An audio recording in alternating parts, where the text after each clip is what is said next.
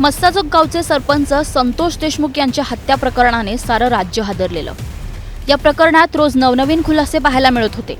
याच प्रकरणात आता एक महत्त्वाची माहिती समोर आली आहे। 26 मार्च रोजी बीडमध्ये झालेल्या सुनावणीत आरोपींच्या कबुली जबाबाची महत्त्वाची माहिती देण्यात आलेली आणि तीच माहिती आता उघड झाली आहे। ही हत्या करत असताना हत्याऱ्यांनी जी वापरलेले शस्त्र आहेत त्या शस्त्रासंदर्भात काल न्यायालयामध्ये त्याची यादी दिली।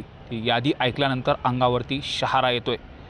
तर संतोष देशमुख यांचा मृत्यू हा मल्टिपल इंजुरीने झालेला होता, त्यामुळे किती मोठ्या प्रमाणात बेरहिमीने मारल्याचं देखील या रिपोर्टच्या अहवालामध्ये समोर आलेलं आहे। याच कबुली जबाबामुळे संपूर्ण प्रकरणाला एक दिशा मिळाली आहे। आरोपी सुदर्शन घुलेने मोठी कबुली दिली आहे।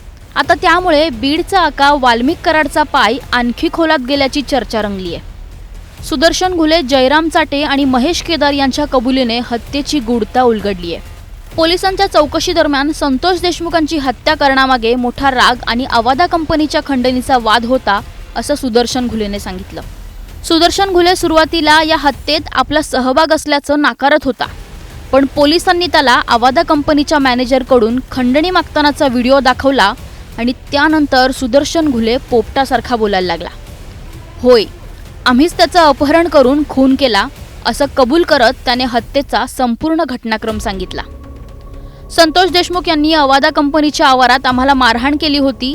त्या दिवशी आमच्या मित्राचा वाढदिवस होता, तेव्हाच संतोष देशमुखने आम्हाला मारलं आणि त्यानंतर या मारहाणीचे व्हिडिओ सोशल मीडियावर व्हायरल करून संतोष देशमुखने आम्हाला आव्हानच दिलं होतं। या घटनेचा राग आमच्या मनात होता। तसेच अवादा कंपनीकडून खंडणी मिळण्यात संतोष देशमुख अडथळा आणत होते। त्यामुळे आम्ही 19 डिसेंबरला विष्णू चाटेच्या कार्यालयात एक बैठक घेतली। त्यानंतर नांदूर फाट्याजवळील तिरंगा हॉटेलमध्येही विष्णू चाटे याच्यासोबत बैठक झाल्याची कबुली सुदर्शन घुलेने दिली आहे। संतोष देशमुखांची हत्या करताना आपण व्हिडिओ शूट केल्याची कबुली आरोपी महेश केदारने पोलिसांना दिली, तर जयराम चाटे यानेही त्याच्यावरील सर्व आरोप मान्य केलेत। त्यामुळे आता या सगळ्यांचा आका असलेल्या वाल्मिक कराडचा पाय आणखी खोलात गेल्याचं दिसतंय। याच प्रकरणात उज्ज्वल निकम यांनी एक महत्त्वाचा पुरावा कोर्टात सादर केला।